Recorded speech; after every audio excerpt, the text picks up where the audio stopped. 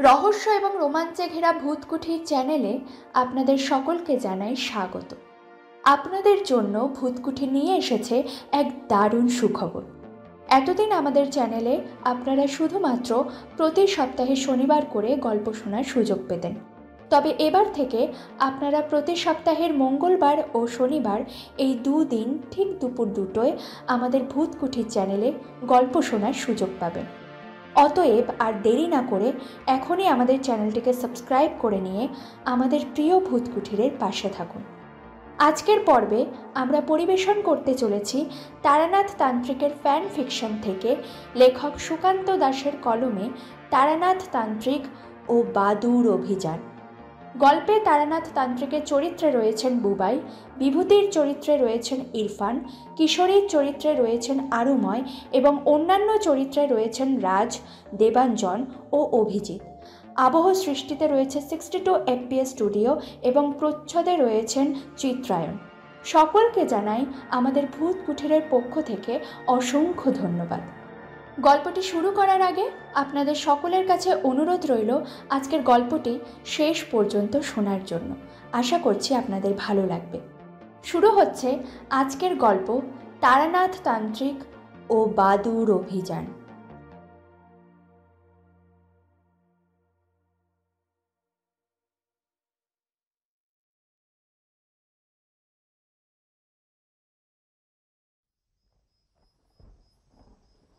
খোলা জায়গাটার এক পাশে একটা বড় পাকুড় গাছ রয়েছে।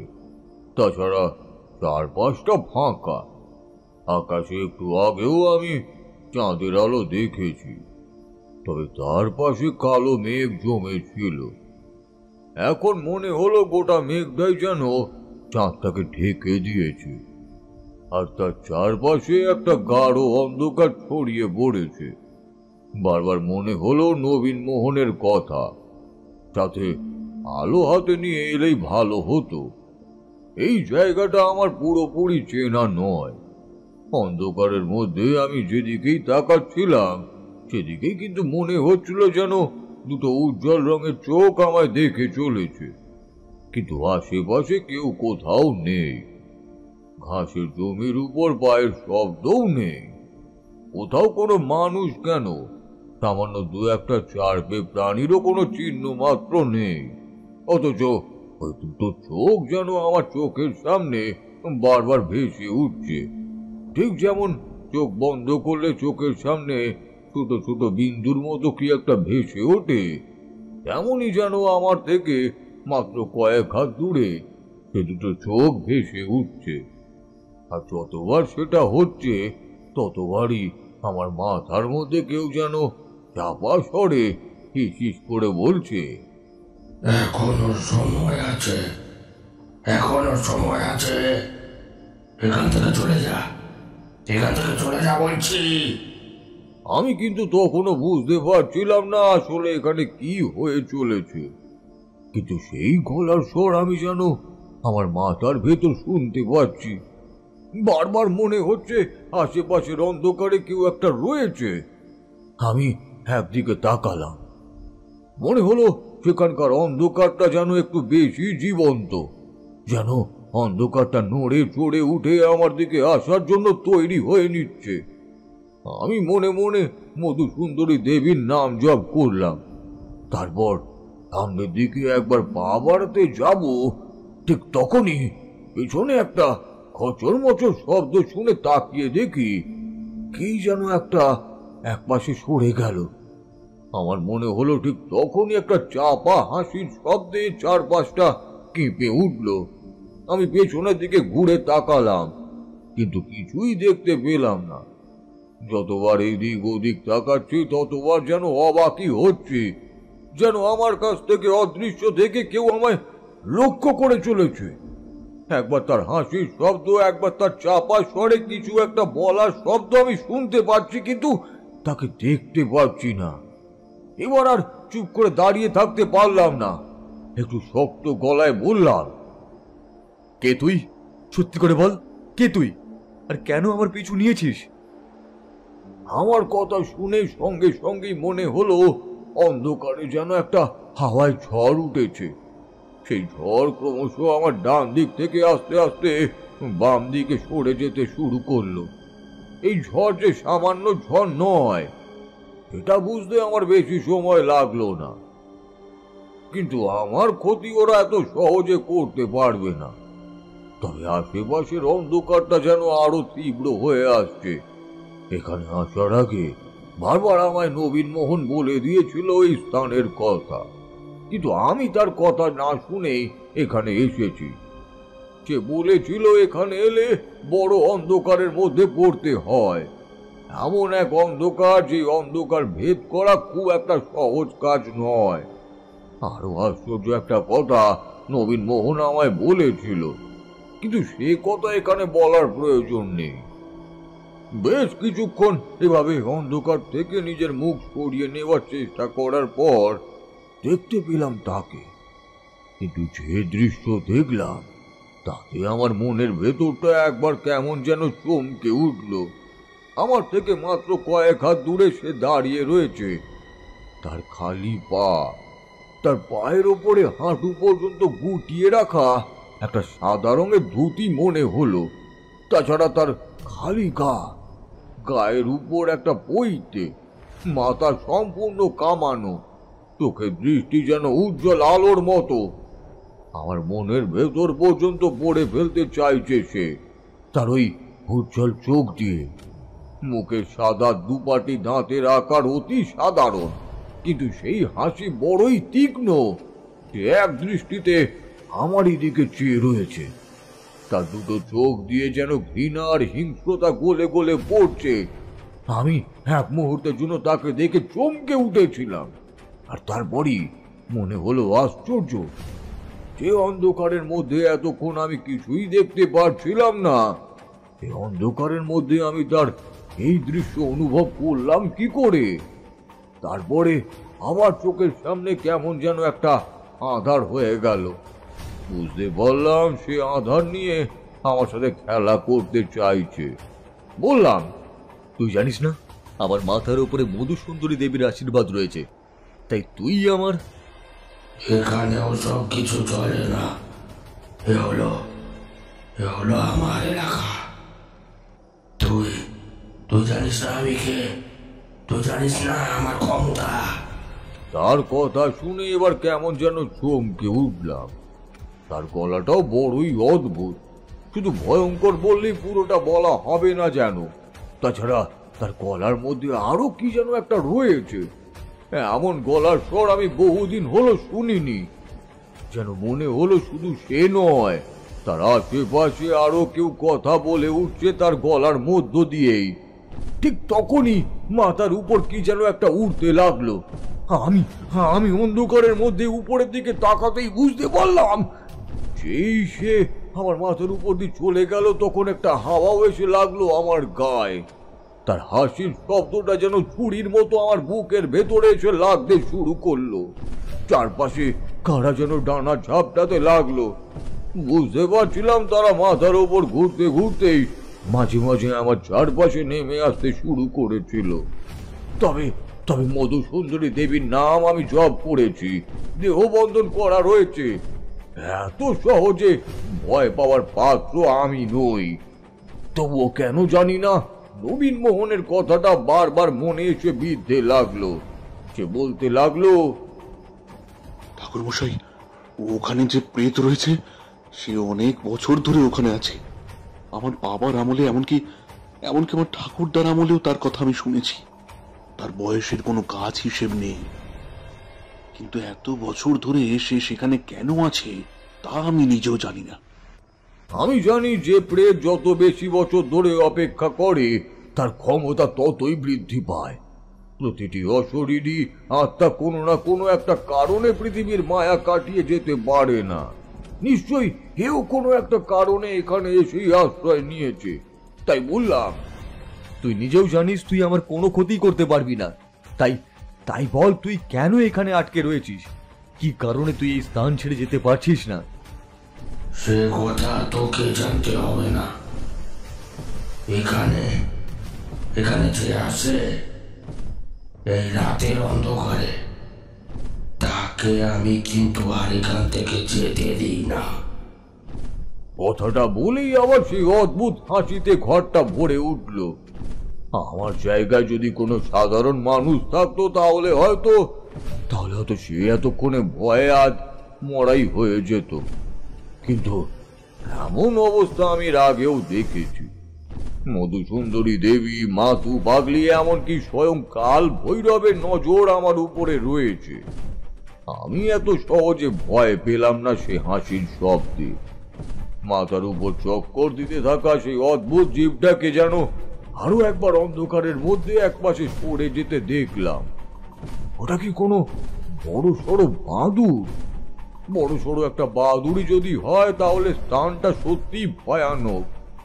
এই প্রথমবার আমি দুটো পা পেছনের দিকে সরালাম, আর তখনই বুঝতে পারলাম তার হাসিটা যেন আরো প্রবল হয়েছে। তার হাসির শব্দটা আমার চারপাশ থেকে আমায় ঘিরে নিতে লাগলো, আর মাথার উপর থেকে নিচের দিকে নেমে আসতে লাগলো সেই ডানা ঝপটাতে থাকা বাদুড় কিংবা ওই জাতীয় কিছু একটা।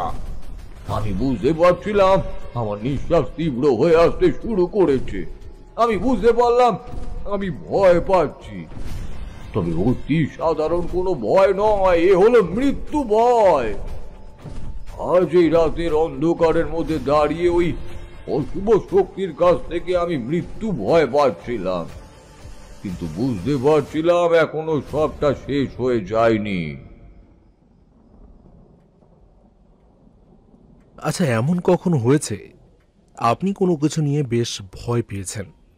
মানে আপনার মনে হয়েছে যে এই বিপদ থেকে আপনি আর বাঁচতে পারবেন না? আমার কথা শুনে তারানাথ সামান্য হাসল, তারপর বলল, হয়েছে। শুধু একবার নয়, বেশ কয়েকবার হয়েছে।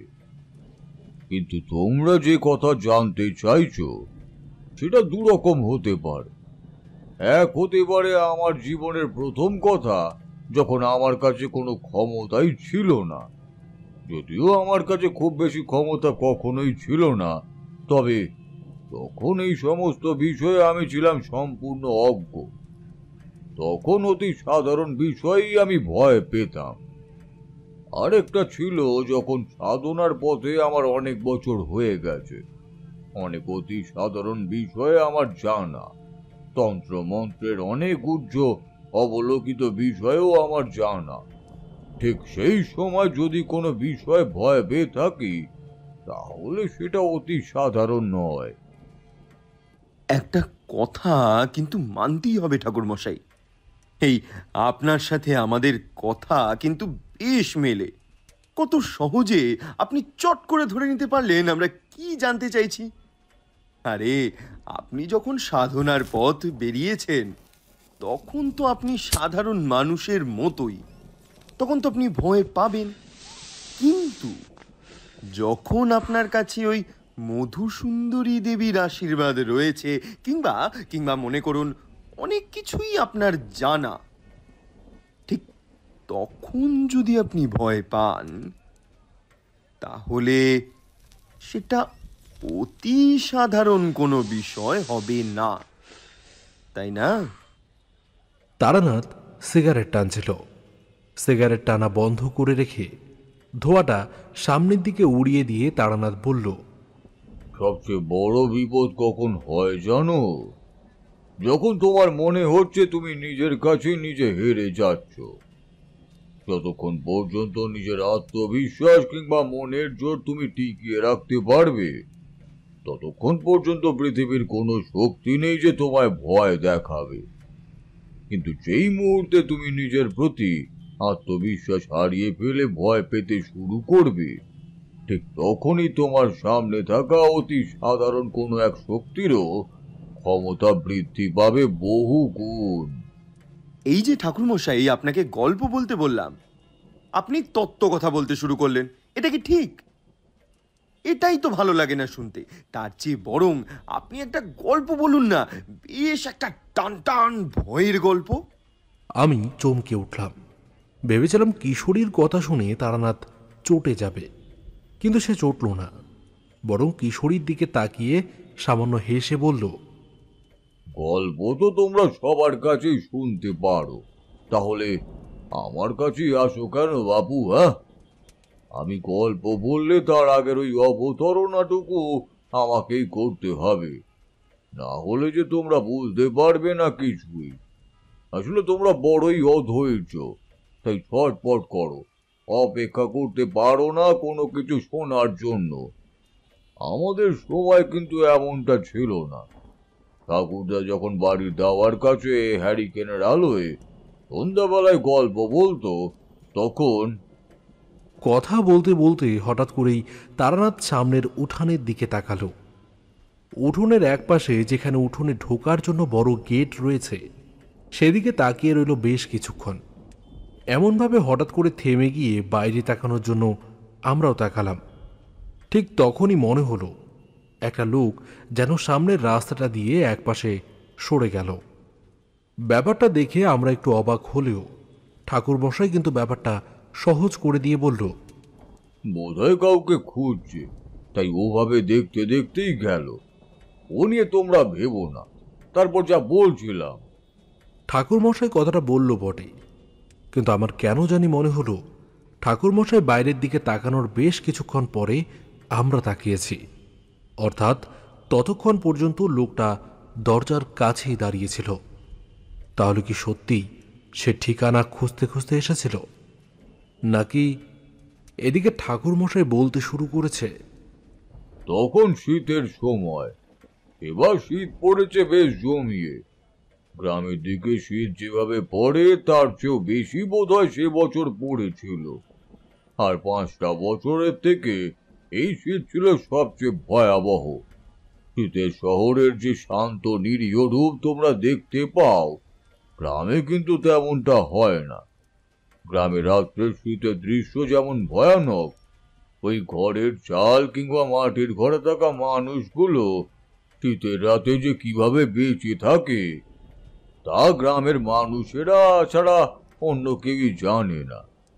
তোমাদের তেমন অবস্থার মধ্যে সপ্তাহখানেক থাকতে দিলেই বোধহয় জ্বর সর্দি বাঁধিয়ে বসবে, তবে তারা দিনের পর দিন সেখানেই থেকে যায়। গ্রামে বয়স্ক মানুষদের শীতের সময় কষ্ট হতো বেশি, তাই রাতের বেলা তারা আগুন জ্বালিয়ে আগুন পোহাতো।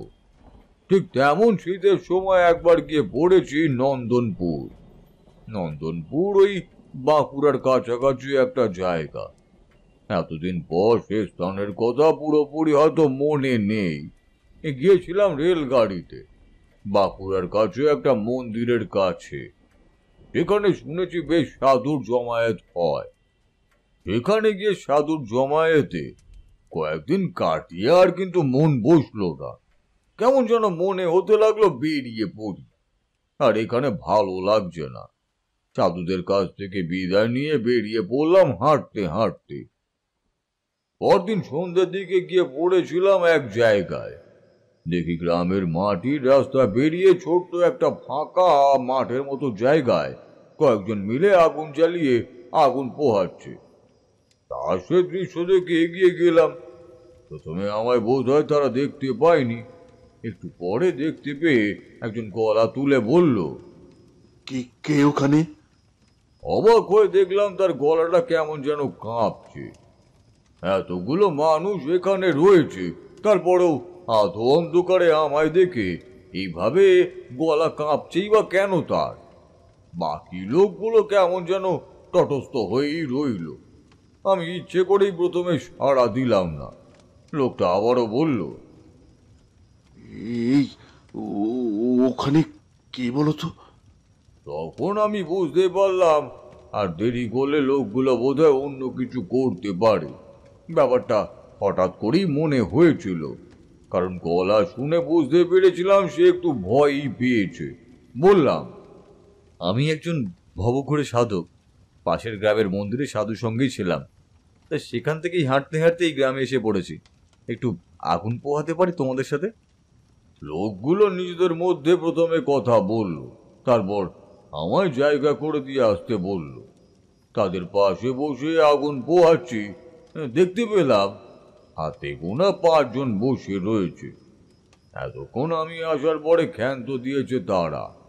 প্রথমে যে লোকটি আমায় প্রশ্ন করেছিল সে আবার বলল, আপনি তো সাধু, এখানে কোথায় যাবেন?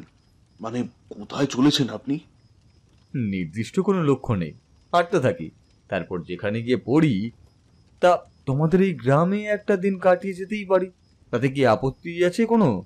কিন্তু তোমরা তো ভয় পেয়েই বা আসো কেন, সেটা তো বুঝতে পারছি না। বলো তো এর কারণ কি?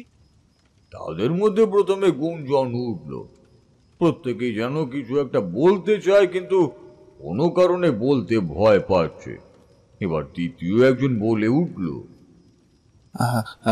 ঠাকুর মশাই, আপনি তো সাধক মান, আপনাকে বলতে আপত্তি নেই। আসলে আপনি ওখানে প্রথমে এসে দাঁড়ানোর পরে আমরা সত্যি ভয় পেয়ে গিয়েছিলাম। দেখলেন না, নবীন যখন আপনাকে প্রশ্ন করলো তখন তার গলাটা কেমন যেন কাঁপছিল। আমরা ভয় পেয়েছিলাম। আপনি যদি কথা না বলতেন তাহলে তো আমরা একটু পরে ওখান থেকে উঠে বাড়ি গিয়ে দৌড় নিতাম। শেষের কথাগুলো বলতে বলতে লজ্জায় তার গলা ধরে এলো। পাশ থেকে কে যেন তাকে বলল কথাগুলো না বলতে, কিন্তু নবীন মোহন এবার বলে উঠল, আরে লজ্জা কিসের? বিপদ যখন মাথার উপর খাড়া ঘোরাচ্ছে তখন সে কথা বলতে লজ্জা নেই তো। তাছাড়া ঠাকুর মশাই তো সাধু মানুষ, ঠাকুর মশাই যদি আমাদের সাহায্য করে তাহলে তো আমাদের ভালোই হবে। ঠাকুর মশাইকে বলতে আপত্তি নেই। দেখো, আমি এখানে আসতে তোমাদের যদি কোনো অসুবিধা হয় তাহলে আমি চলে যাচ্ছি, কিন্তু আমার জন্য তোমরা বিব্রত বোধ করো না। তোমাদের যদি কিছু বলার থাকে তাহলে আমাকে স্বাচ্ছন্দ্যে বলতে পারো। তারা কিছু একটা বলতে যাচ্ছিল, ঠিক তার আগে আমাদের মাথার উপর দিয়ে কি যেন একটা ডানা ঝাপটিয়ে উড়ে গেল। আকাশে চাঁদের আলো সামান্য ছিল, সেই আলোয় জিনিসটাকে ভালো করে বুঝতে পারলাম না। একটা বড় কোনো পাখিও হতে পারে কিংবা অন্য কিছুও হতে পারে, তবে তাকে দেখে লোকগুলোর মধ্যে কেমন যেন একটা কথাবার্তার রোল উঠল। তারা সঙ্গে সঙ্গে মাটি ছেড়ে উঠে দাঁড়ালো। নবীন মোহন আমায় বলল, ঠাকুর মশাই, আপনি আপনি চাইলে আমার সঙ্গে আমার বাড়িতে আসতে পারেন। রাতে বাইরে না থাকাটাই ভালো। আপনি আমার বাড়িতে আসুন, তারপর না হয়। বুঝতে পারছিলাম কিছু একটা হয়েছে, এক্ষুনি এরা এখান থেকে চলে যাবে। এরা চলে গেলে আমায় আবার এই শীতের রাতে এখানে একাই থাকতে হবে। আকাশের দিকে তাকিয়ে বুঝতে পেরেছিলাম আজ পূর্ণিমা, কিন্তু এই স্থানের আশেপাশে গাছগুলো এমন ভাবে মাথা উঁচু করে আছে যে চাঁদের আলো গাছের তলায় ভালোভাবে এসে পড়তে পারেনি। সময় নষ্ট না করে নবীন মোহনের সঙ্গে হাঁটতে শুরু করলাম। তবে হাঁটা না বলে তাকে একরকম দৌড়ানো বললেই ভালো হয়। বেশ খানিকটা চলে এসেছি, ঠিক তারপরই যেখানে আমরা বসেছিলাম সেদিক থেকে কার যেন অদ্ভুত গলায় হাসির শব্দ শুনতে পেলাম। নবীন মোহনের কথা বলতে গিয়ে তার গলাটা কেঁপে উঠল। সে বলল, ওই যে ঠাকুরমশাই, ঠাকুরমশাই এসেছে। আমরা যদি তখনই না চলে আসতাম তাহলে নিশ্চয়ই আমাদের কারোর বিপদ হতো। নবীন মোহনকে সে কথা বলার প্রয়োজন ছিল না, কারণ তার কথা বলার আগেই আমি একটা অদ্ভুত ব্যাপার অনুভব করতে পেরেছি। তোমরা হয়তো জানো, আর তোমরা তো জানোই, অনেক কিছুই আমি আগে থেকে বুঝতে পারি। ওই ফাঁকা জায়গাটা গিয়ে দাঁড়াবার পরে যখন মাথার ওপরে সেই বড় পাখিটা ডানা ঝাপটাতে শুরু করলো, তখনই কেমন একটা অদ্ভুত গন্ধ আমার নাকে আসতে শুরু করেছে। আর তার সাথে আমি বুঝতে পেরেছি আশেপাশে নিশ্চয়ই অশুভ কিছু একটার উপস্থিতি ঘটতে চলেছে। তাই নবীন মোহনের কথায় খুব একটা অবাক না হয়ে তার সাথে তার বাড়িতে গিয়েই পৌঁছালাম। নবীন মোহন বাড়িতে একাই থাকে। ঘরের এক পাশে হ্যারিকেনটা অল্প আঁচে জ্বলছিল। নবীন মোহন সেটা বাড়িয়ে দিয়ে ঘরের মধ্যে ঢুকে পড়ল। তারপর নবীন মোহন আমায় ভেতরে ডাকলো। ঘরে ঢুকতেই তাড়াতাড়ি দরজা বন্ধ করে দিল সে। কি ব্যাপার বলো তো, এত ভয় কিসের তোমাদের? আর যদি এতই ভয় হয় তাহলে তোমরা এই রাতে বাইরে বেরিয়েছিলেই বা কেন? সে সব সময় আসে না ঠাকুরমশাই, সে সব সময় আসে না। আপনি বাইরে থেকে এসেছেন না, আপনি বাইরের লোক, তাই সে আবার এসেছে। বাইরে থেকে এখানে কোনো লোকের আসা সে পছন্দ করে না, তাহলেই সে এসে পড়ে। নবীন মোহন আরো কিছু বলতো, তার আগেই বাড়ির বাইরে একটা অদ্ভুত চিৎকার শোনা গেল, যেন কোনো একটা পাখি রাতের বেলা ডেকে উঠেছে। আর তার সাথে সাথেই বুঝতে পারলাম বাইরে যেন তার হাসির শব্দও শোনা যাচ্ছে। নবীন মোহন প্রায় চিৎকার করেই বলে উঠল, ওই দেখুন ঠাকুরমশাই, আবার এসেছে, ও আবার এসেছে, ও কাউকে ছাড়বে না, কাউকে না। আমি এবার কেমন অবাক হয়ে গিয়েছিলাম। বাইরে আসলে কে এসেছে এটা দেখার জন্য দরজার দিকে এগিয়ে গেছি। নবীন মোহন তাড়াতাড়ি আমার সামনে এসে দরজার কাছে দুহাত ছড়িয়ে দাঁড়ালো, তারপর বলল, আপনার পায়ে পড়ি ঠাকুরমশাই, ও কাজ করবেন না। নবীন মোহন সত্যি সত্যি আমায় আটকাবার জন্য আমার পায়ে পড়তে গেল। আমি অবাক হয়ে গেলাম। বাইরে এমন কেউ এসেছে যার ভয়ে নবীন মোহন এমন করছে। আমি বললাম, তুমি একবার অন্তত বাইরে বেরোতে দাও, একবার আমায় দেখতে দাও আসলে বাইরে কে রয়েছে। নবীন, আমাকে একবার দেখতে দাও। নবীন মোহন, আমাকে একবার দেখতে দাও। না ঠাকুরমশাই, আপনি এই গ্রামের ব্যাপারে কিছুই জানেন না, আমিও আপনার ব্যাপারে সবটা জানি না। তাই তাই আপনাকে আজ রাতে আমি বাইরে বের হতে দিতে পারি না। আজ রাতে আপনি বাড়িতে থাকুন, তারপর কাল সকালে আপনার যেখানে ইচ্ছে হয় আপনি বেরোবেন খন, কিন্তু আজ রাতে নয় ঠাকুরমশাই। এ যেন আমার কাছে ভিক্ষাই চাইছিল যাতে আমি বাইরে না বেরোই। বড্ডই অবাক লাগছিল। একটা অজানা অচেনা মানুষ আমার সঙ্গে সামান্য দুটো কথা হয়েছে, আর এইমাত্র দেখা হয়েছে, সে মানুষটা আমার জন্য আমার কাছে ভিক্ষা চাইছে। তাই আর জোর করলাম না, ঘরের বিছানার কাছে গিয়ে বসে বললাম, কি ব্যাপার বলো তো নবীন মোহন, এমন কি আছে বাইরে, আর তোমরা তো ভয়ই বা পাচ্ছ কেন? আমার কথার উত্তরে নবীন মোহন কিছু একটা বলতে যাবে, তার আগেই বাইরে থেকে কি যেন একটা হুঙ্কার দিয়ে বলে উঠল, তুই নিজেও এখান থেকে যেতে পারবি না, ক্ষমতা থাকলে একবার বাইরে বেরিয়ে আয় দেখি, বেরিয়ে আয়, তারপর বুঝবি কেন। নবীন মোহন প্রায় কাঁদো কাঁদো গলায় বলে উঠল, চুপ করে থাকুন ঠাকুরমশাই, আপনি চুপ করে থাকুন, আপনি এখন কোনো কথা বলবেন না, যা হবে কাল সকালে, আপনি দয়া করে চুপ করে থাকুন। হ্যারিকেনের অল্প আলোয় নবীন মোহনকে দেখে আমি পর্যন্ত চমকে উঠেছিলাম। তার গোটা মুখে ঘাম দেখা দিয়েছে, অথচ এটা শীতের সময়। বাইরে থেকে আসা ঠান্ডা হাওয়া আমাদের হাড় কাঁপিয়ে দিয়েছিল। ঘরের ভেতরে আমার কেমন ঠান্ডা লাগছে, অথচ নবীন মোহন তরতর করে ঘামছে। সে দরজার কাছে গিয়ে কান পেতে কিছু যেন শোনার চেষ্টা করছে, তারপর মাঝে মাঝে পাগলের মতো ছিটকে সরে আসছে ঘরের মধ্যে থেকে। বাইরে সেই আগের মতো হুঙ্কার আর হাসির শব্দ বারবার শোনা যেতে লাগলো। তারপরই একটা গরুর চিৎকার শোনা গেল। নবীন মোহন কেমন যেন কাঁদো কাঁদো গলায় বলে উঠল, আমার বুলুকে নিয়ে গেল, ঠাকুর ঠাকুর আমার বুলুকে নিয়ে গেল। নবীন মোহন ঘরের মাটির মেঝেতে ধপ করে বসে পড়ল, দুটো হাত দিয়ে কপাল চাপড়াতে চাপড়াতে অদ্ভুত ভাবে কাঁদতে লাগলো। আমি আর সহ্য করতে পারলাম না, তাড়াতাড়ি উঠে দরজার কাছে এগিয়ে যেতে যাব, নবীন মোহন প্রায় চিৎকার করে বলল, ঠাকুরমশাই, বাইরে যে আছে সে মানুষ নয়, সে রাতের অন্ধকারে সবাইকে মেরে ফেলে ঠাকুরমশাই, সবাইকে মেরে ফেলে, আপনি যাবেন না। বাইরে থেকে গরুর ডাকটা শুনতে পেলাম। প্রাণপণে সে ডেকেই চলেছে, যেন মৃত্যু ভয় সে চিৎকার করছে, অথচ কেউ একটা অতি নিষ্ঠুর ভাবে তাকে মেরে চলেছে। গরুর চিৎকার চলতে চলতে এক সময় যেন বন্ধ হয়ে এলো। মনে হলো তার মুখটা কেউ যেন চেপে ধরে রেখেছে, তার চিৎকারটা বন্ধ করে দিচ্ছে। এতক্ষণ পরে নবীন মোহনের ভয়ের কারণটা আমি বুঝতে পারলাম, তাই আর তাকে জোর করলাম না। শুধু শুধু একটা গ্রাম্য মানুষকে জোর করে লাভ নেই, সে কিছুই বুঝবে না। তার চেয়ে বরং কাল সকালে তার সাথে কথা বলে ব্যাপারটা ভালো করে জানতে হবে, তারপর দেখবো কি ব্যবস্থা নেওয়া যায়।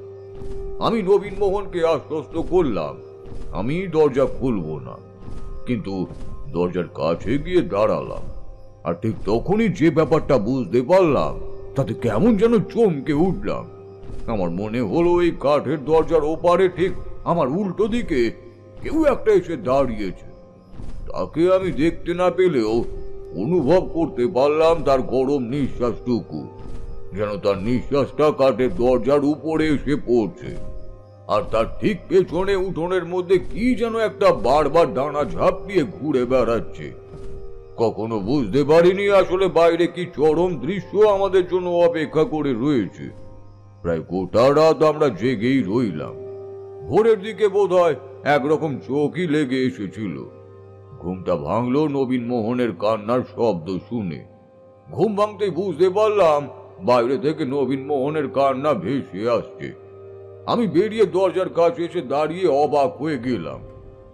ঠাকুরমশাই থামতেই কিশোরী উত্তেজিত গলায় প্রশ্ন করল, দরজার কাছে এসে কি কি দেখতে পেলেন ঠাকুরমশাই?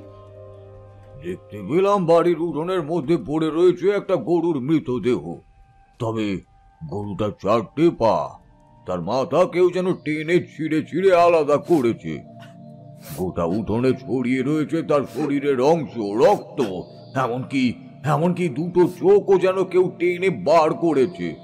নবীন মোহন উঠোনের এক পাশে বসে কেঁদে চলেছিল আর বলছিল, হায় রে আমার বুলুর কি সর্বনাশ হয়ে গেল রে।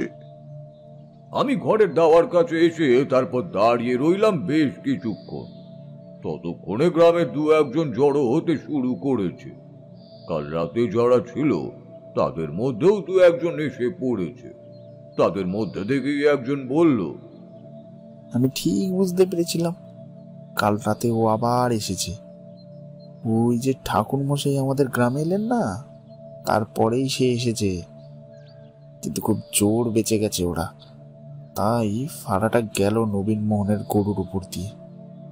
নবীন মোহন ধীরে ধীরে নিজেকে সামলে নিল। গ্রামের লোকেরা মিলেই গরুর মৃতদেহের অবশিষ্ট অংশগুলো সমস্ত তুলে নিয়ে গেল উঠোন থেকে। তারপর সমস্ত কাজ সেরে সেটা গ্রামের শ্মশানে পুড়িয়ে দিয়ে এলো। গ্রামের মানুষেরা মানুষের মৃতদেহ যেমন শ্মশানে পোড়ায়, ঠিক তেমন করেই গরুর মৃতদেহ পোড়ায়।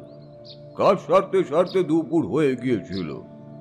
আমি তাদের সঙ্গে শ্মশান পর্যন্ত গিয়েছিলাম, কিন্তু নবীন মোহনের সঙ্গে এর মধ্যে আমার কোনো কথাই হয়নি। বাড়ি ফিরে নবীন মোহন ক্লান্ত ধরা গলায় বলল, এবার বুঝতে পারলেন কেন কাল রাতে আমি আপনাকে বাইরে বেরোতে দিইনি? আপনি বাইরে বেরোলে আমার বুলুর মতো অবস্থা আপনারও হতো। এর আগে কতবার এমন দৃশ্য আমি দেখেছি। কিন্তু গরুটার গায়ে যে ধারালো নখের দাগ ছিল, মনে হচ্ছিল কেউ যেন ধারালো নখ দিয়ে তার গোটা শরীরের মাংস খুবলে নিয়েছে। কিন্তু কিন্তু এমনটা কে করলো? নবীন মোহন ভয়ে আমার দিকে তাকিয়ে বলল, আছে ঠাকুর মশাই, সে এক বিভৎস পাখি। ওই যে কাল রাতে এসেছিল, তার সঙ্গে একটা এত বড় বাদুড় থাকে। সেই বাদুড়টাই অমন কাজ করেছে। ওই বাদুড়ের হাতের নখ মানুষের গলায় ঢুকে এফোর ওপর হয়ে যেতে পারে। চমকে উঠলাম তার কথা শুনে। এসব সে কি বলে চলেছে? কিন্তু নিজের চোখে যা দেখেছি আর কাল রাতে বাইরে থেকে যে গলার স্বর শুনতে পেয়েছি, তাতে মিথ্যে ভাবার তো কোনো কারণই নেই। আর ওই গ্রামের মাঠের কাছে বসে থাকার সময় মাথার উপর দিয়ে যে বড় একটা পাখির মতো কিছু উড়ে যেতে দেখেছিলাম, সেটা তাহলে একটা বাদুড়। এত বড় বাদুড় হতে পারে নাকি? দেখো নবীন মোহন, আমার ক্ষতি ওরা সহজে করতে পারবে না। আমার উপরে মধুসুন্দরী দেবীর আশীর্বাদ রয়েছে। তাছাড়া কিছু তন্ত্রমন্ত্র আমি নিজেও জানি। আমায় নিয়ে তোমায় ভয় পেতে হবে না। এবার ব্যাপারটা আমায় খুলে বলো তো, আসলে ওকে তো আমরা জানি না। আমাদের এই গ্রামের শেষের দিকে যে শ্মশানে আপনি আজ গিয়েছিলেন, সেই শ্মশান পেরিয়ে খানিকটা গেলে একটা একটা ফাঁকা স্থান পড়ে। সেই ফাঁকা জায়গাতে একটা পাকুড় গাছ রয়েছে। ওই গাছের কাছেই তো সে থাকে। আর সে কে, কত বছর ধরে সে ওখানে রয়েছে তা জানা নেই। তার কথা আমি বাবা কিংবা ঠাকুরদা সবার কাছেই শুনেছি। মাঝে মাঝেই সে গ্রামে এসে ঢুকে পড়ে, বিশেষ করে যে রাতে চাঁদের আলো আকাশে প্রবল থাকে, অথচ চারপাশে কালো মেঘ জমে থাকে, ঠিক তেমন রাতেই সে আসে। কাল আমরা যখন ওখানে আগুন পোহাতে গিয়েছিলাম তখন কিন্তু আকাশে মেঘ ছিল না। আপনি আসার সময়ই মেঘ জমতে শুরু করেছিল। আমরা উঠি উঠি করেও আগুন ছেড়ে আর উঠতে পারছিলাম না। অবাক হয়ে গেলাম নবীন মোহনের কথা শুনে। বহুদিন হয়ে গেল অতি সাধারণভাবে এদিক ওদিক ঘুরে চলেছি, তেমন কোনো বিপদ আর ঘটেনি। কিন্তু এই গ্রামে আসার সঙ্গে সঙ্গে যে বিপদ আমার পিছু নিয়েছে সে যে সহজে ছাড়বে না সেটাও বুঝতে পারছিলাম। নবীন মোহন আবার বলল, আবার সে আসবে ঠাকুরমশাই, আবার সে আসবে। একবার তার দৃষ্টি যার উপর পড়ে তার ক্ষতি না করা পর্যন্ত সে শান্ত হয়ে বসে না। আবার আজ রাতে সে আসবে। মনে মনে হাসলাম, কিন্তু নবীন মোহনকে কিছুই বললাম না। আমি জানি তাকে কিছু বললে সে ভয় পাবে, তাই বললাম, বেশ নবীন মোহন, তবে আজ রাতে সে এলে আমি কিন্তু বাড়ির বাইরে বের হব। তোমায় বাইরে আসতে হবে না, তুমি দরজা বন্ধ করে ভেতরেই থাকবে। আজ না হয় আমার ক্ষমতার পরীক্ষাটাও একবার হয়ে যাবে। এতদিনে আমি কি সঞ্চয় করতে পেরেছি সেটাও দেখব। নবীন মোহন আমার মুখের দিকে তাকিয়ে রইল, কিন্তু মুখে কিছুই বলল না। এ বোধহয় মনে মনে ভাবছিল আজ রাতে কিছু একটা হতে চলেছে। আমি যে এত সহজে সেই অপশক্তিকে ছেড়ে দেব না সেটাও নবীন মোহন বুঝতে পেরেছিল। এবার কেমন যেন কৌতূহলী গলায় সে বলল, আপনার অনেক ক্ষমতা, তাই না ঠাকুরমশাই? সন্ধ্যের একটু পরেই নবীন মোহন আর আমি বাড়ির দাওয়ার কাছে বসে রইলাম। হ্যারিকেনের আলোটা একপাশে জ্বলছিল। নবীন মোহন গায়ে দিয়েছিল একটা জামা, তার উপরে জড়িয়ে রাখা একটা চাদর। আমার গায়ে জড়ানো লাল কাপড়টাকে জড়িয়ে নিয়েছিলাম ভালো করে। নবীন মোহনের দেওয়া একটা নতুন পাট ভাঙা চাদর জড়িয়ে নিয়েছিলাম। বসে বসে নবীন মোহনের সঙ্গে তার কথা বলে চলেছি। এক সময় জানতে পারলাম নবীনের বাবাও ঠিক এভাবেই মারা গিয়েছিল, তারই বাড়ির দরজার কাছে গ্রামের রাস্তায়। আর তারপরই এমন একটা ব্যাপার ঘটে যায়। পরদিন সকালে নবীন মোহন প্রথম তার মৃতদেহ দেখতে পেয়েছিল। তার মাথাটা কেউ যেন নখের আঘাতে ছিন্ন ভিন্ন করেছে। বেশ কিছুক্ষণ এভাবে বসে থাকার পর নবীন মোহনের হাই উঠতে লাগলো। বুঝতে পারলাম তার বোধহয় ঘুম পাচ্ছে, তাই বললাম, নবীন মোহন, তোমায় আমার সাথে অপেক্ষা করতে হবে না, তুমি ঘরে গিয়ে আশ্রয় নিতে পারো, তুমি ঘুমাতে পারো। নবীন মোহন মাথা নাড়ালো সে ঘুমাবে না। আমরা বসে রইলাম। একটু পরেই বাইরে একটা হালকা হাওয়া উঠল, আর তারপরেই বুঝতে পারলাম ঝড় আসতে চলেছে। কিন্তু এই ঝড় যেন অতি সাধারণ ঝড়ের মতো মনে হলো না। নবীন মোহন কাঁপা কাঁপা গলায় বলল, সে আসছে ঠাকুরমশাই। নবীন মোহনের এই কথাটা শেষ হওয়ার সাথে সাথেই বাড়ির উঠোনের মাঝখানে ধপ করে কি যেন একটা পড়ল। নবীন মোহন হ্যারিকেনটা উপরের দিকে তুলে ধরে হঠাৎই চিৎকার করে বলে উঠল, ঠাকুরমশাই, ওটা মাধব, ওটা মাধবের কাটা মাথা। আমি অবাক হয়ে গেলাম। তাড়াতাড়ি নবীন মোহনের সঙ্গে হ্যারিকেনের আলোটা নিয়ে উঠোনের মধ্যে নেমে এসে দেখি সত্যি মাধবের মাথাটা পড়ে রয়েছে উঠোনের মাঝখানে। এই সেই মাধব যার সাথে প্রথম দিন আমার সামান্য কথা হয়েছিল। মনের ভেতর রাগ জমা হতে লাগলো, আর ঠিক তখনই আশেপাশে সেই হাসির শব্দ শুনতে পেলাম। উপরে তাকিয়ে দেখি আকাশে চাঁদ রয়েছে, আশেপাশে কালো মেঘ জমা হয়েছে, আর সেই আকাশের সামান্য নিচে চক্কর খেয়ে চলেছে একটা বড় পাখি। সেটা যে বাদুড় তা চিনতে এবার আর কোনোই কষ্ট হলো না। ঠাকুরমশাই, এখানে দাঁড়িয়ে থাকা ঠিক নয়, তাড়াতাড়ি চলুন, তাড়াতাড়ি ঘরে ভেতরে চলুন। নবীন মোহন আমায় বেশ কয়েকবার ঘরে যাওয়ার জন্য বলল, কিন্তু আমি একবার তার দিকে ঘুরে তাকালাম। আর এখানে হলদে আলো এসে আমার চোখ দেখেই বোধহয় কিছু একটা আন্দাজ করেছিল, তাই আমায় কিছুই বলতে হলো না। সে হাঁটতে হাঁটতে উঠোনের কাছে চলে গেল। তারপর তারপর ঘরের ভেতরে দাঁড়িয়ে দরজাটা সামান্য ফাঁক করে রইল। আমি কিন্তু বুঝতে পারছিলাম যে হাওয়ার শব্দটা আমরা শুনতে পাচ্ছিলাম সেটা কমেছে। তার বদলে একটা ভয়ঙ্কর হাসির শব্দ আমার খুব কাছে এসে পড়তে শুরু করেছে।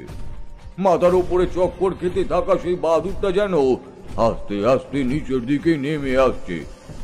নবীন মোহনের গরুটা মরেছে, তার উপর মাধবের কাটা মাথাটা পড়ে রয়েছে আমার থেকে কয়েক হাত দূরে।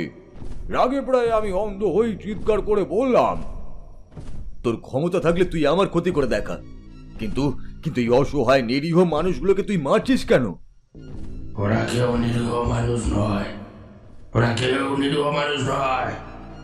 এই গ্রামের মানুষ, এই গ্রামের মানুষ আমায় আমায় পুড়িয়ে মেরেছিল। আমায় পুড়িয়ে মেরেছিল কারণ আমি তন্ত্র সাধনা করতাম। তাই গ্রামের সবাইকে আমি আস্তে আস্তে মারব।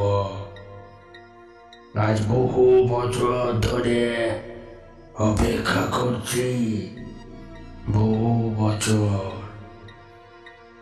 কিন্তু তোকে আমি আগে মারব। তার কথা শুনে এবার কেমন যেন চমকে উঠলাম। তার মানে এই অশরীরীর সাথে গ্রামের কোনো একটা গভীর সম্পর্ক ছড়িয়ে রয়েছে, তাই সে এমন করছে।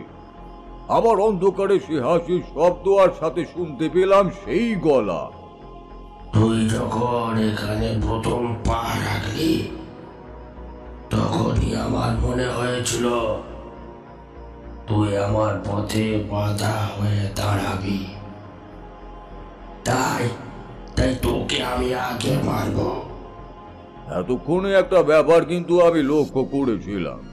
চারপাশের বাতাসটা ভারী হয়ে আসার সাথে সাথেই আমার চোখের সামনে থেকে যেন সবকিছুই কেমন অন্ধকার হয়ে আসতে শুরু করেছিল। মাথার উপর চক্কর খেতে থাকা সেই বড় বাদুর, আশেপাশে ভেসে আসা হাসির শব্দ, কিন্তু কেউই কোথাও নেই। বাদুরটা আমার মাথা লক্ষ্য করে নিচের দিকে নেমে আসতে লাগলো। আমি মনে মনে মধু সুন্দরী দেবীর নাম জপ করে স্থির চোখে তাকালাম উপরের দিকে। আর ঠিক তখনই অদ্ভুত শব্দ করে উপরের দিকে ছিটকে গেল সেই বাদুরটা। তারপর ডানা ঝাপটাতে ঝাপটাতে কোন দিকে যে চলে গেল তা বুঝতে পারলাম না। বাতাসে ভেসে আসতে থাকা সেই হাসির শব্দটা ততক্ষণে থেমে গেছে। এবার কেমন যেন গম্ভীর গলায় সে বলে উঠল, কে তুই? কে? সত্যি করে বল, কে তুই? এবার আমি হেসে উঠলাম। তারপর বললাম, এতদিন গ্রামের অতীব সাধারণ মানুষদের পেয়ে তাদের খুব ভয় দেখিয়েছিস, তাদের হত্যা করেছিস। এবার তোর যদি ক্ষমতা থাকে তাহলে আমায় মেরে দেখা। সঙ্গে সঙ্গে আশেপাশে যেন একটা ধুলোর ঝড় উঠল। নবীন মোহন বোধহয় দরজার কাছ থেকে সবকিছু দেখে চলেছিল। সে এবার চিৎকার করে বলল, ঠাকুরমশাই, ঠাকুরমশাই বাইরে থাকবেন না, ঘরে চলে আসুন। আর এই চিৎকারটাই তার সবচেয়ে বড় ভুল হলো। চোখের পলকে দেখতে পেলাম সেই বড় বাদুরটা উড়তে উড়তে ঘরের দিকে এগিয়ে যাচ্ছে। নবীন মোহন তাড়াতাড়ি ঘরের দরজাটা বন্ধ করে দিতে গিয়ে হ্যারিকেনটা ফেলে দিল ঘরের বাইরে। হাসির শব্দটা আবার বেড়ে উঠল। আমি বুঝতে পারছিলাম সে আমায় ছেড়ে নবীন মোহনের দিকেই এগিয়ে যাচ্ছে। এক্ষুনি হয়তো সেই বাদুর উড়ে গিয়ে নবীন মোহনের শরীরটা ছিটকে এনে ফেলবে উঠোনের উপর। আমি নবীন মোহনের ঘরের দিকে দৌড়াতে শুরু করলাম আর চিৎকার করে বলতে লাগলাম, নবীন মোহন, দরজা খুলবে না, দরজা একদম খুলবে না। নবীন মোহন যাই হয়ে যাক না কেন, দরজা কিন্তু একদম খুলবে না। নবীন মোহন দরজা বন্ধ করে দিয়েছিল। বাদুরটা ছিটকে গিয়ে পড়ল তার ঘরের দরজার ওপর। দরজাটা থরথর করে কেঁপে উঠল। নবীন মোহন ভয় পেয়ে ভেতর থেকে চিৎকার করে বলে উঠল, আমায় বাঁচান ঠাকুরমশাই, ঠাকুরমশাই আমায় বাঁচান। আপনার কোনো ক্ষতি শয়তান করতে পারছে না, তাই সে আমার ক্ষতি করতে চাইছে। আমায় বাঁচান। আমার ক্ষতি করতে ও পারবে না। আমি মধু সুন্দরী দেবীর আশীর্বাদ প্রাপ্ত। আমার ক্ষতি করার ক্ষমতা নেই, কিন্তু ও তোমার ক্ষতি করতে পারে।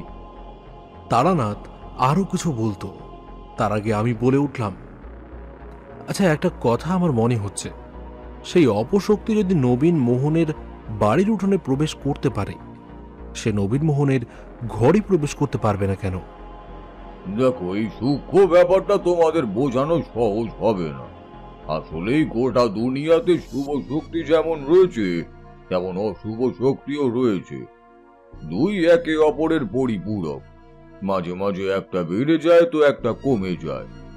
ঘরের ভেতরে যেহেতু কোনো না কোনো ঠাকুর দেবতার ছবি কিংবা মূর্তি কিংবা এমন কিছু থাকে যার সাথে শুভ শক্তি জড়িয়ে রয়েছে, তাই অনেক সময় অশুভ শক্তি ঘরের ভেতর পর্যন্ত প্রবেশ করতে পারে না।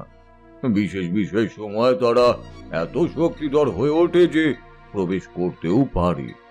হয়তো সেই কারণে ওই অপশক্তি নবীন মোহনের ঘরের ভেতর প্রবেশ করতে পারেনি। তার বাড়ির মাথার উপর সেই বাদুরটা চক্কর দিয়ে চলেছিল। কেউ যেন চাপা ফ্যাস ফ্যাসে গলায় হুঙ্কারের মতো বলল, কিন্তু কতদিন তুই বাঁচবি? এখান থেকে তুই যখন চলে যাবি, তখন আমি আবার এই গ্রামের সবাইকে মারব। আমি আবার ফিরে আসব, আবার। এরপরই দেখতে পেলাম সেই বাদুরটা উড়তে উড়তে কোথায় যেন অদৃশ্য হয়ে চলে গেল। চারপাশে ঝড়টাও থেমে এলো। একটু পরেই দরজার কাছে গিয়ে ধাক্কা দিয়ে বললাম, নবীন মোহন, নবীন মোহন, আমি এসেছি, দরজা খোলো, দরজা খোলো নবীন মোহন। নবীন মোহন কাঁপা কাঁপা হাতে দরজা খুলল। তারপর আমায় দেখতেই আগের মতোই ভয় পাওয়া গলায় সে বলল, ঠাকুরমশাই, আপনি যখন চলে যাবেন তখন আমাদের কি হবে? তখন আবার তো সে আসবে। তার কথা শুনে সত্যি চিন্তিত হয়ে পড়লাম। তাই তো, এটা তো হতেই পারে। আমি এখান থেকে চলে গেলে সেই অপশক্তি আবার এখানে আসবে। সে আবার এখানে এসে গ্রামের মানুষদের বিব্রত করবে। আর তাছাড়া আমি এখানে থাকতে থাকতেই তো সে মাধবকে অমন নৃশংসভাবে মেরেছে। তাই বলে উঠলাম, আচ্ছা নবীন মোহন, তাকে আটকাবার কি কোনো রাস্তা নেই? তুমি তো এই গ্রামেরই মানুষ। এই গ্রামে কি এমন কেউ নেই যে তাকে আটকাবার পথ জানে? নবীন মোহন ভাবতে লাগলো। আর তখনই হঠাৎ আমার মনে পড়ে গেল, আরে উঠোনের মাঝখানে তো মাধবের কাটা মাথাটা পড়ে রয়েছে। তাড়াতাড়ি বাইরে গেলাম হ্যারিকেন নিয়ে। আগের হ্যারিকেনটা ভেঙে গিয়েছিল। আরেকটা হ্যারিকেনটাকে কোনো রকমে জ্বালিয়ে বাইরে এসেছিলাম। উঠোনের মাঝখানে মাধবের মাথাটা পড়ে রয়েছে। তার দুটো চোখ যেন একভাবে দেখে চলেছে আমাদেরই দিকে।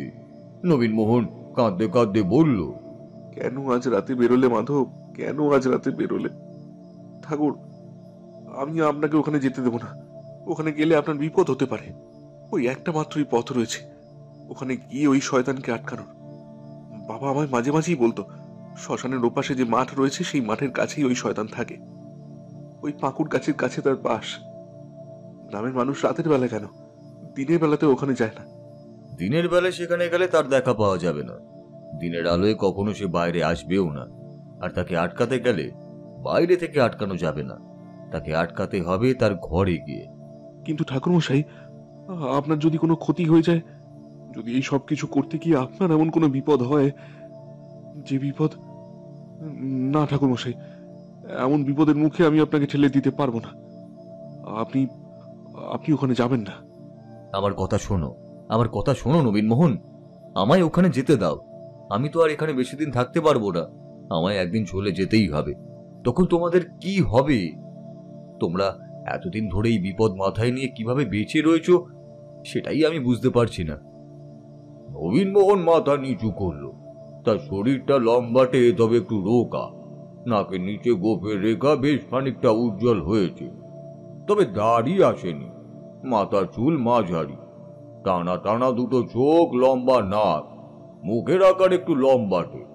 সে মাথা নিচু করে ধরা গলায় বলল, কি আর বলি বলুন তো, এর আগেও অনেকেই চেষ্টা করেছে। পাশের গ্রাম থেকে একবার এক ওঝা নিয়ে এসে চেষ্টা করা হয়েছে তাকে তাড়ানোর, কিন্তু সে ওঝা শেষমেশ ভয় পেয়ে পালিয়ে গেছে। সে বলেছে ওই শয়তানের ক্ষমতা নাকি অনেক, সে নাকি অনেক বছর ধরে ওখানে রয়েছে, তাই তার ক্ষমতা অনেক হয়ে গেছে। ওই স্থানে রাতে অন্ধকারে পা দিলে বিপদ হবে। আমিও সেটাই দেখতে চাই নবীনমোহন, কার জয় হয়, ওই অন্ধকারের শয়তানের, যে গ্রামের মানুষকে এভাবে খুন করে চলেছে, নাকি আমার, যেই গ্রামের মানুষকে বিপদ থেকে উদ্ধার করতে চায়। আলো আর অন্ধকারের মধ্যেই দ্বন্দ্ব প্রাচীন সময় থেকে চলে আসছে নবীনমোহন। আমি আরো একবার সেই দ্বন্দ্বের সামনে গিয়ে দাঁড়াতে চাই, দেখতে চাই কার ক্ষমতা বেশি। নবীনমোহন অবাক হয়ে আমার দিকে তাকালো, তারপর বলল, আমি জানি ঠাকুর মশাই, আপনি শুনবেন না। আর আপনাকে দেখে আমার কেমন যেন মনে হচ্ছে আমরা এই বিপদ থেকে রক্ষা পেলেও পেতে পারি। কিন্তু আপনি কতদিন আর ঠাকুর মশাই, যদি কোনো বিপদ দেখেন তাহলে আপনি আর অপেক্ষা না করে কিন্তু চলে আসবেন। নবীনমোহন বোকার মতোই কথাটা বলেছিল, কারণ যদি তেমন কোনো বিপদ হয় তাহলে সেই স্থান থেকে আমি অতি সহজে চলে আসতে পারবো না যে, তাও বললাম। বেশ নবীনমোহন, যদি আমি এমন কোনো বিপদ দেখি যাতে আমার প্রাণ সংশয় হবে, তাহলে আমি সেই মুহূর্তে সেই স্থান ত্যাগ করব। তবে তুমি কিন্তু আমার সঙ্গে সেখানে যেতে পারবে না। আমি যাওয়ার আগে তোমার দেহ বন্ধন করে দিয়ে যাব, যাতে আমার অনুপস্থিতিতে তোমার কোনো ক্ষতি না হয়ে যায়। তুমি কিন্তু ঘরের দরজা বন্ধ করে ভেতরে থাকবে, আমি না আসা পর্যন্ত দরজা খুলবে না। নবীনমোহন আমার কথায় রাজি হলো। বিকেলের দিকে রোদের আলো থাকতে থাকতেই সে আমায় নিয়ে শ্মশানের পাশে সেই জায়গাটা দেখিয়ে এলো। দেখতে পেলাম শ্মশান পেরিয়ে একটা ডোবা পড়ছে, তারপরে গ্রামের রাস্তা একদিকে ঢালু হয়ে নেমে গেছে, অন্য পাশে খানিকটা উঁচু জমি রয়েছে। সে উঁচু জমি বেরিয়ে গেলে বোধহয় ওদিকে আবার জঙ্গল শুরু হয়েছে। ঠিক মাঝখানে একটা বড় পাকুড় গাছ। এই গাছটা যে কত বছরের পুরনো তা ভালোভাবে বোঝা যায় না। অনেক ডালপালা বিস্তার করে সে জমাট হয়ে দাঁড়িয়ে রয়েছে। দিনের বেলাতে সেই জায়গাটা কেমন যেন ফাঁকা, নিস্তব্ধ। বাতাসটা কেমন যেন অতিরিক্ত ভারী হয়ে এলো। এই স্থানে থাকলে রাতের বেলা যে কোনো মানুষই ভয় পাবে, সেটাই স্বাভাবিক। আমরা খানিকটা এগিয়ে গিয়েছিলাম। নবীনমোহন বলল, আর যাবেন না ঠাকুর মশাই, ওই গাছে বাদুড়ের বাসা রয়েছে, মানুষ ওর কাছাকাছি গেলে ওরা ভয় পেয়ে আক্রমণ করে। আমরা আর এগোলাম না, বাড়ি ফিরে এলাম। সন্ধ্যের একটু পরে আলো ছাড়াই আমি বেরিয়ে পড়লাম। নবীনমোহন বারবার আমায় আলো নিয়ে যাওয়ার জন্য বলেছিল, কিন্তু আমি জানতাম আলো নিয়ে গেলে তাকে আমি দেখতে পাবো না। আচ্ছা ঠাকুর মশাই, সেই জমিতে গিয়ে আপনি তো অন্ধকারে তাকে দেখতে পেলেন, কিন্তু তারপর কি হলো? তারপর কি সত্যিই আপনি তাকে হারাতে পেরেছিলেন, নাকি নাকি নাকি তার অসীম ক্ষমতার কাছে আপনি? তারানাথ সামান্য হাসল, তারপর সামনে রাখা পাসিং শোয়ের বাক্স থেকে আর একটা সিগারেট বার করে তাতে অগ্নি সংযোগ করে ধোঁয়া ছাড়তে ছাড়তে বলল, তোমরা তো জানোই, অশুভ শক্তি যতই ক্ষমতাশালী হোক না কেন, শুভ শক্তির কাছে তাকে কোথাও না কোথাও পরাজিত হতেই হয়। তবে সেদিন কিন্তু এক মুহূর্তের জন্য আমি ভয় পেয়েছিলাম। এক মুহূর্তের জন্য আমার মনে হয়েছিল এই বোধহয় আমার জীবনের শেষ দিন। ওই ফাঁকা স্থানে অন্ধকারের মধ্যে দাঁড়িয়ে এক সময় বুঝতে পেরেছিলাম যেন অনেকগুলো কালো রঙের বাদুড় আমার মাথার উপর দিয়ে পাক খেতে খেতে নেমে আসতে শুরু করেছে আমারই দিকে। ঠিক তখনই আমি ভয় পেয়েছিলাম, আর তার সাথে সেই হাসিটা যেন চারপাশ থেকে আমায় ঘিরে ধরে বলছিল, বড় ভুল করে ফেলেছিস তুই। এখানে তোর কোনো তন্ত্র শক্তি কাজ করবে না। তার কথা শুনে আমি মনে মনে প্রমোদ গুনলাম। যে স্থানে অশুভ শক্তি অনেক বছর ধরে থাকে, সেই স্থানের মাহাত্ম্য সামান্য বদলে যায়। সেখানে সত্যি তন্ত্রক্রিয়া কাজ করে না। তাছাড়া এই যে প্রেত জন্মের সময় সে তন্ত্রক্রিয়া জানতো, নিশ্চয়ই সেই তন্ত্রক্রিয়ার মাধ্যমে সে নিজের প্রেতকে এভাবে জীবিত রেখেছে এত বছর পর্যন্ত। তাই তার ক্ষমতা এখানে অসীম। নিশ্চয়ই এই গোটা স্থানে তার ক্ষমতা সে বিস্তার করেই রেখেছে। হঠাৎ করে এখানে এসে পড়ার সিদ্ধান্তটা নিয়ে যে কত বড় ভুল করে ফেলেছি সেটা বুঝতে পারছিলাম। বারবার নবীনমোহনের বারণ মনে পড়ছিল আমার, কিন্তু এখন তো আর পিছনে ফিরে যাওয়ার কোনো উপায়ই নেই। মনে মনে বারবার মধুসুন্দরী দেবীকে স্মরণ করে যেতে লাগলাম। একটা ব্যাপার কিন্তু লক্ষ্য করছিলাম, সে মুখে অনেক কিছু বললেও আমায় আক্রমণ করার কোনো চেষ্টা তখনও পর্যন্ত করছিল না। যেন মনে হচ্ছিল সে কোনো কিছুর জন্য অপেক্ষা করছে। আর তাই আমিও মনের মধ্যে সাহসটা যেন ফিরে পাচ্ছিলাম। তাই মনের সমস্ত সাহস একত্রিত করে একবার গলা তুলে বললাম, কোথায় কোথায় তুই? তোর যদি ক্ষমতা থাকে তাহলে আমার ক্ষতি করে দেখা। হাসির শব্দটা যেন হঠাৎ করেই বন্ধ হয়ে গেল। মাথার উপর পাক খেতে থাকা বাদুরগুলো একসাথে নেমে আসতে লাগলো আমারই দিকে। তাদের ডানা এসে লাগলো আমার মুখে, গালে, এমনকি গায়ে পর্যন্ত। তাদের নখের আঁচড় যেন আমার গায়ে এসে পড়তে লাগলো। ঠিক তখনই একবার চিৎকার করে উঠলাম। মধুসুন্দরী দেবীর নাম মনে মনে স্মরণ করতে লাগলাম। আমি জানতাম ওখানে আমার কোনো তন্ত্রক্রিয়া বল দেবে না, কিন্তু তাও মধুসুন্দরী দেবীর জপ করছিলাম এক মনে। আর তারপরই যেন সেই বাদুরগুলো ছত্রভঙ্গ হয়ে পেছনের দিকে সরে যেতে লাগলো। একটা বড় বাদুর, যেটা আমার মাথার উপর পাক খাচ্ছিল, এত অন্ধকারের মধ্যে বুঝতে পারলাম সে আমার দিকে নেমে আসতে শুরু করেছে। একটা প্রাণক্ষয়ের ভয় আমায় চাপতে ধরল। এই হয়তো আমার জীবনের শেষ মুহূর্ত। যে ডানার নখে ওই বাদুর একটা মানুষের গলা ফুটো করে দিতে পারে, সেখানে আমার বেঁচে থাকা কতক্ষণ? এখানে আমার কোনো তন্ত্র শক্তি কাজ করবে না। আমার অন্তিম মুহূর্ত এসে পড়েছে। হাসির শব্দটা কিন্তু বন্ধ হয়ে গিয়েছিল, তার বদলে যেন একটা চাপা গর্জন শুনতে পারছিলাম। কিছুই বুঝতে পারছিলাম না। এদিকে বাদুরটা নেমে আসছে নিচের দিকেই। অন্ধকারে আমি পালাবই বা কোথায়? আমার দুটো পা যেন পাথরের মতো ভারী হয়ে এসেছে। যেই মুহূর্তে আমি বুঝতে পেরেছি এখানে আমার কোনো শক্তি কাজ করবে না, এই মুহূর্তে নিজেকে কেমন যেন অসহায় মনে হচ্ছিল। যেন মৃত্যুর জন্য আমি একটু একটু করে অপেক্ষা করছিলাম। বাদুরটা একদম আমার কাছে এসে পড়েছে।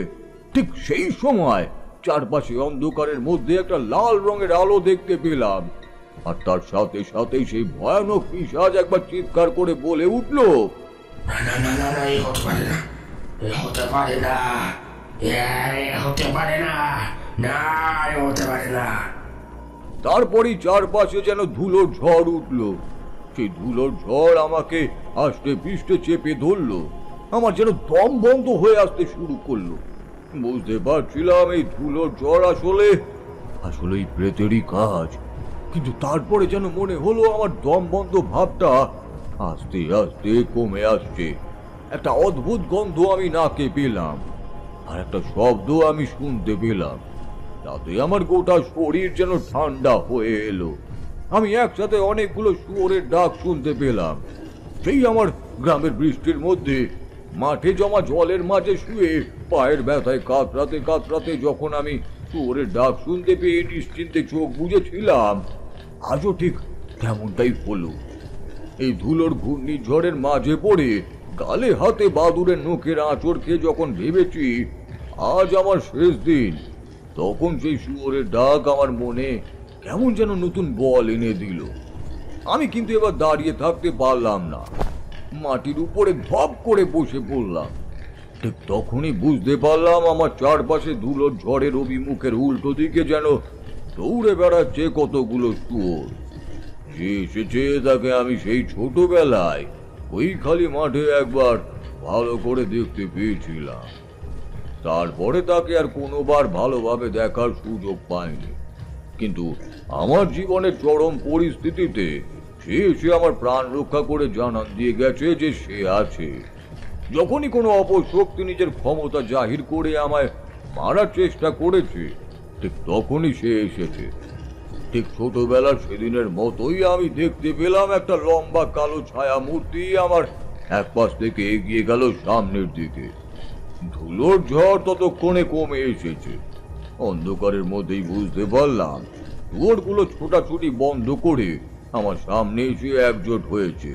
তারপর আস্তে আস্তে এগিয়ে যাচ্ছে সামনের সেই পাকুড় গাছটার দিকে। এবার সেই শয়তানের গলা ছেড়ে যেন আর্তনাদ বেরিয়ে এলো, অসম্ভব, এই অসম্ভব, এই আমার স্থান, এই স্থানে কোনো তন্ত্র শক্তি কাজ করতে পারে না। আমার তখন কিছু বোঝার কিংবা শোনার মতো অবস্থা নেই। মাথা ঝিমঝিম করতে লাগলো, গোটা শরীর কেমন যেন অবসন্ন হতে শুরু করেছিল। আমি মাটির উপর লুটিয়ে পড়লাম।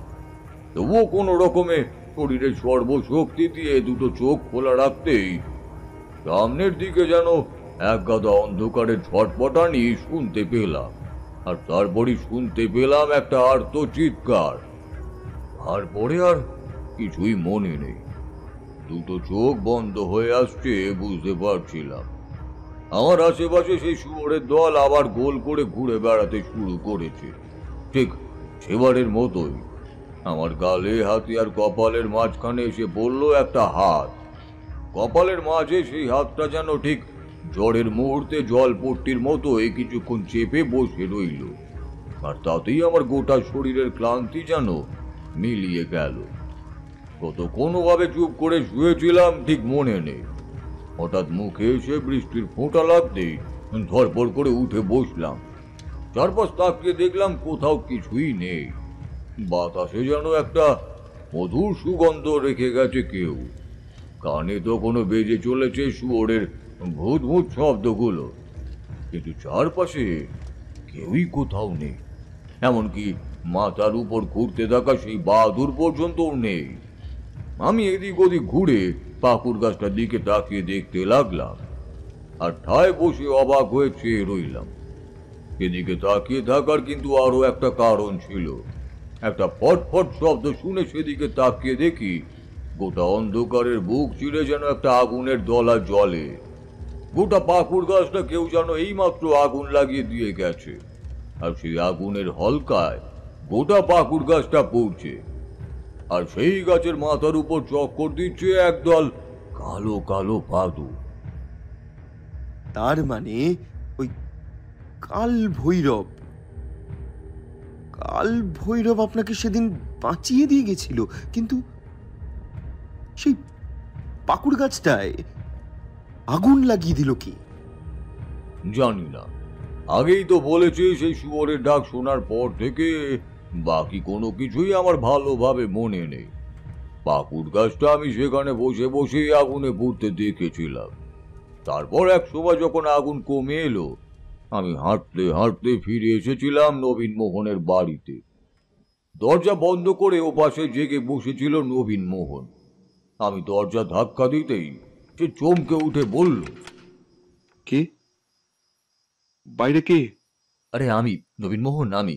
দরজা খোলো, দরজা খুলে দেখো, একটু পরই ভোর হয়ে আসবে। একটু ঘুমোতে দাও দেখি আমাকে, বড্ড ক্লান্ত লাগছে। নবীন মোহন দরজা খুলে আমায় দেখতে পেয়ে কেমন যেন অবাক হয়ে গেল। বেশ কিছুক্ষণ হ্যারিকেনের আলোয় আমায় ঠায় দেখার পরে হঠাৎ করে আমার সামনে এগিয়ে এসে আমার পায়ে হাত দিয়ে প্রণাম করে ফেলল। ব্যাপারটা তো তাড়াতাড়ি ঘটলো যে আমি কিছুই বুঝতে পারলাম না, তাকে আটকাতেও পারলাম না। নবীন মোহন এবার হাসি মুখে বলল, আমি সেদিনই বুঝতে পেরেছিলাম ঠাকুরমশাই, আমি সেদিনই বুঝতে পেরেছিলাম, পারলে আপনিই পারবেন আমাদের এই বিপদ থেকে রক্ষা করতে, আর কেউ পারবে না। আমি একটু লজ্জা পেয়ে গেলাম। তারপরে ঘরের দরজাটা ভেজিয়ে দিয়ে বিছানার উপর বসে বললাম, কাল একবার ওই পাকুড় গাছের কাছে যেতে হবে, বুঝলে? নবীন মোহন আমার কথা শুনে একটু অবাক হয়ে বলল, কেন বলুন তো, সেখানে আবার কি দেখার আছে? এখন বলবো না, কাল সকালে যখন ওখানে যাব তখনই না হয় দেখবে। পরদিন সকালেই আপনারা সেই পাকুড় গাছের কাছে গিয়ে কি দেখেছিলেন বলুন তো? আমার মনে হয় গল্পের মধ্যে আরো কিছু বাকি রয়েছে এখনো। তারানাথ আমার দিকে তাকিয়ে রহস্যময়ভাবে হেসে উঠল, তারপর বলল, তোমাদের থেকে কিছু লুকিয়ে রাখাটা সহজ ব্যাপার নয়, বুঝলে? তোমরা সবই বুঝতে পেরে যাও। আসলে তেমনটাই ঘটেছিল।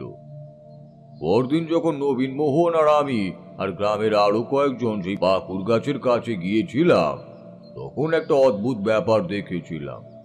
এর আগেও অনেক গাছকে আগুনে পুড়ে যেতে দেখেছি, কিন্তু এমন দৃশ্য দেখিনি। গাছের সমস্তটাই আগুনে পুড়ে গিয়েছিল বটে, কিন্তু তার গুড়িটা বেশ খানিকটা আগের মতোই ছিল। তবে আগের দিন বিকেলে সেই গুড়িটাকে যেমন সবুজ আর সতেজ দেখতে পেয়েছিলাম, অর্থাৎ জীবিত ছিল, এদিন কিন্তু তেমন মনে হলো না। মনে হলো একটা অনেক দিন আগের শুকিয়ে যাওয়া গাছে কেউ আগুন লাগিয়ে দিয়েছিল, আর সেই গাছের গুড়িটা শুকিয়ে যেতে যেতে এতটাই শক্ত হয়ে গেছে যে সেটা আর আগুনে পুড়ে যায়নি। তবে তার চেয়েও আরো একটা দৃশ্য আমাদের জন্য অপেক্ষা করছিল। পাকুর গাছের তলায় মরে পড়েছিল অজস্র কালো রঙের বাদুড়ের মৃতদেহ। শুধু গাছের একদম গোড়ার কাছে পড়েছিল একটা বেশ বড় সড়ো আকারের বাদুড়ের মৃতদেহ। তার ডানাগুলো আগুনে পুড়ে গিয়েছিল, গোটা শরীরটাও পুড়ে গিয়েছিল, কিন্তু তবুও তার শরীর দেখার মতো অবস্থায় ছিল। গ্রামের লোক তো দূর, আমি নিজে অত বড় বাদুড় কখনোই দেখিনি। আগুনে পুড়ে গেলেও তার হাতের নখগুলো কিন্তু অবশিষ্ট ছিল। বাদুড়ের ডানার শেষে হাতের আঙুলের মতো নখ থাকে। তার নখ দেখে আমি চমকে উঠলাম।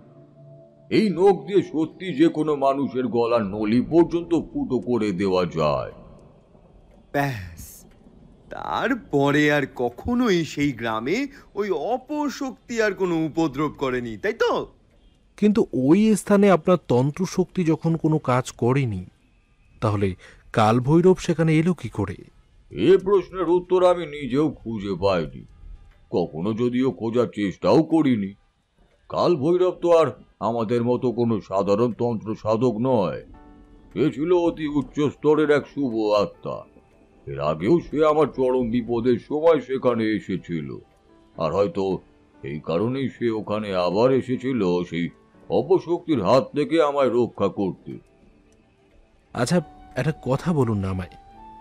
তার মানে সেই অপশক্তির ক্ষমতা নিশ্চয়ই আপনার থেকে অনেক বেশি ছিল, তাই না? আমি সামান্য একজন সাধক, তোমাদের তো আগেই বলেছি। কোনো সাধনাতেই আমি কখনোই সিদ্ধি লাভ করতে পারিনি।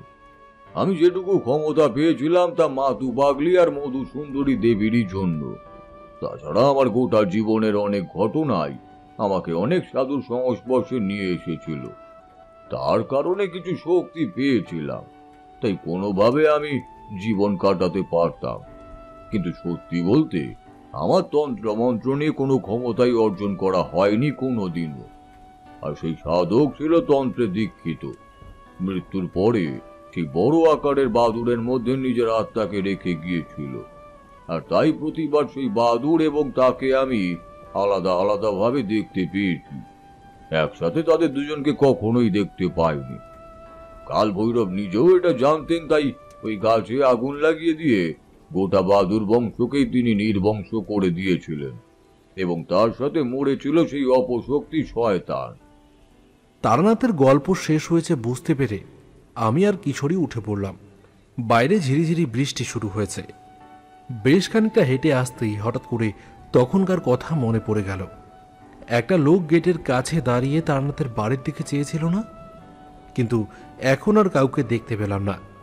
পথে নেমে এসে কিশোরী বলল, কি ব্যাপার বলো তো? তুমি বারবার পিছনের দিকে তাকিয়ে কি দেখছো? আরে ওই দেখো না, সেই লোকটা আবার তারানাথের বাড়ির দরজার কাছে গিয়ে দাঁড়িয়েছে। ব্যাপারটা কি বলো তো? কিশোরী পেছনের দিকে তাকিয়ে দেখলো, তারপর একটু হেসে বলল, আরে নিশ্চয়ই কোনো খদ্দের একটু ইতস্তত করছে বোধহয় ঠাকুর মশাইয়ের কাছে যেতে। তুমি ওসব নিয়ে ভেবো না তো, চলো চলো, এক্ষুনি কিন্তু জোরে বৃষ্টি নামবে, চলো। আমরা হাঁটতে হাঁটতে এগিয়ে গেলাম। পেছনের দিকে আর তাকালাম না। সত্যি বৃষ্টিটা জোরে নামবে নামবে করছে, তাই ট্রামে উঠে বাড়ির দিকে রওনা দিলাম।